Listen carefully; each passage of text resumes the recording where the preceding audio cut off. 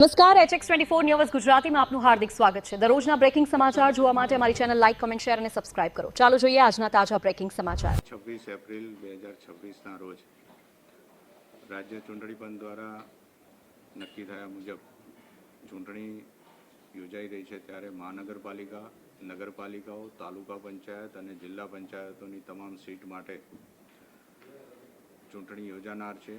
આ ચૂંટણીમાં સવારે 7 વાગ્યાથી 6 વાગ્યાનો મતદાનનો સમય છે, ત્યારે હું તમામ મતદારોને અપીલ કરું છું કે પોતાના મતાધિકારનો અચૂકપણે ઉપયોગ કરે, તેમજ ગરમીને ધ્યાને લેતા જેટલું બને એટલું સવારમાં ઝડપથી પોતાનું મતદાન કરે તો સરળતા રહેશે।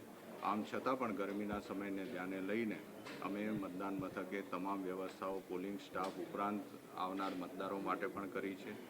વૃદ્ધ, અશક્ત, મહિલા મતદારો માટે પ્રાયોરિટી ઉપર એમને મતાધિકારનો ઉપયોગ થઈ શકે એ માટેની પણ સૂચનાઓ આપી છે।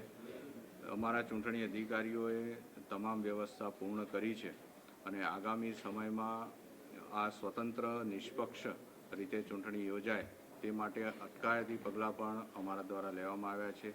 13 જેટલા પાસાના કેસો કર્યા છે, 5 જેટલા તડીપારના કેસો કર્યા છે અને 5,900 ઈસમો સામે અટકાયતી પગલાં પણ લેવામાં આવ્યા છે અને જિલ્લા વહીવટીતંત્ર નિષ્પક્ષ અને સ્વતંત્ર ચૂંટણી યોજાય એ માટે કટિબદ્ધ છે અને એ પ્રમાણે તમામ કાર્યવાહી અત્રેથી કરવામાં આવી રહી છે। મતદાનના દિવસે જે આંકડાઓ છે એ અમારા કંટ્રોલ રૂમ ઉપરાંત પણ જે તે ચૂંટણી અધિકારીના કંટ્રોલ રૂમ ઉપરથી પણ મળી રહેશે।